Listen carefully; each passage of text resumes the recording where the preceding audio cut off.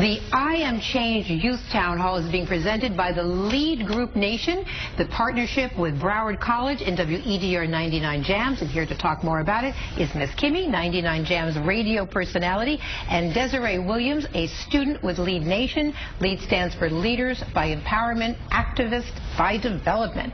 Love that. It's a mouthful, but important. Yes. What brings you to the table? You know, we every night on our news we see the pain, the bloodshed that's going on in the community. For young people to say, we as young people want to make a difference, why do you believe you can make a difference? I think it's just as you said, like you see like the pain and the bloodshed, that has a big impact on the community that sees that. You don't really want to go every year and every month watching your best friend, see them on the news and saying, oh, well, he was just killed by a shot, like by a bullet due to some type of gang violence or anything like that. It has a big impact on the community, because if you want to try to make a change, you don't really want to have to go through life having to figure out, okay, what's this next generation going to be like? What's that generation? We want to be the one that says, well, we changed that generation before it can get to that level, and that's what we bring to the table. We're a whole bunch of group of kids that want to impact our community and also want to make our future better. And it's kind of hard sometimes because you don't really have that many mentors in your neighborhood. Sometimes even your family is not enough, so you need to have someone else that wants to believe in you and does believe in you to say, you can be better, you can do this, and this is how. And that's wonderful. You know, that's something that echoes here a lot, the word mentoring. Because, you know, we sit so often at the table with adults, and I sit here and they all talk about changing this and stuff and violence, and I don't get to answers. Miss Kimmy, this is wonderful you partnered on this. You have a great resonance to hear what the young people are thinking. How do we get from the disgust of this problem to change? Well, you know, I think a big thing, Michelle, is actually listening to what the young people have to say. At 99 Jams, we've realized that over the past few years, clearly this epidemic with youth violence and even our problems with our own education system are escalating. They're not getting any better, no matter how many rallies we have to stop the violence, no matter how many town hall meetings we have with the adults, like you said, to stop the violence.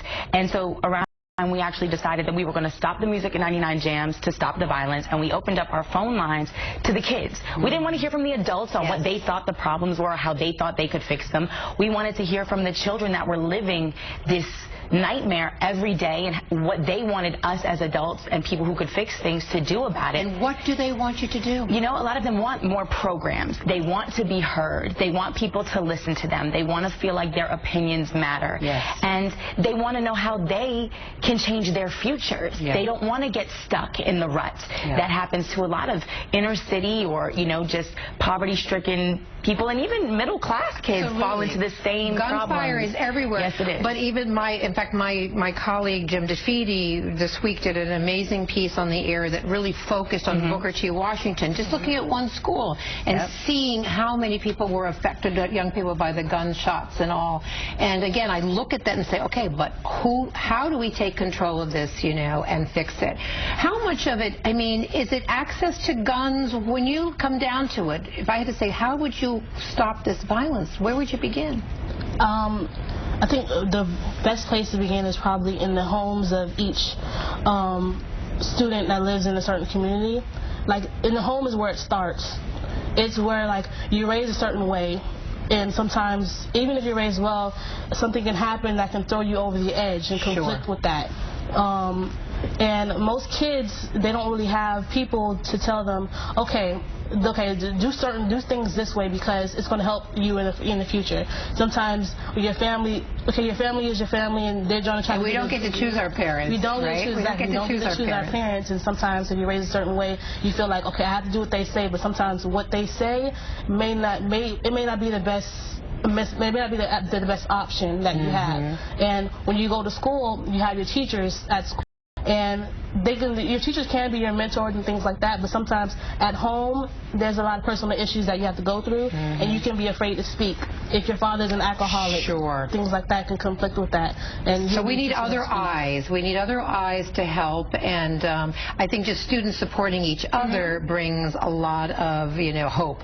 What do you hope will come out of this event? And tell everybody about it so we can get them there. I know. You know, I think that honestly, just opening up those lines of dialogue and communication when we talk about those problems, a lot of times where they're, you know, quick to anger and slow to a nonviolent resolution. And you see that in our community. So hopefully by giving kids words and the opportunity to speak and, again, to be heard, we'll create a generation, that Generation Y, that maybe thinks before they act. And I think that's a big thing in our community. We don't think about the ramifications of our actions. And this is actually the second time that South Florida Youth Summit and LEAD have come together. They did it last year, and it was a phenomenal success. I got a chance to host with Jeff Johnson from MSNBC, and this year they're bringing in Soledad O'Brien, who, as you know, is a world-renowned journalist, CNN anchor, and she's going to be the keynote speaker. The event is May 17th at Broward College, 7200 Pines Boulevard. Do we have all of that information? We're going to put it all up on the screen. Perfect. We got to roll, but thank you so much for coming in, and we wish you the best. And it takes young leaders like you and partnerships like yours to make a difference. So thanks, and we wish you the best of luck. When we come right back, please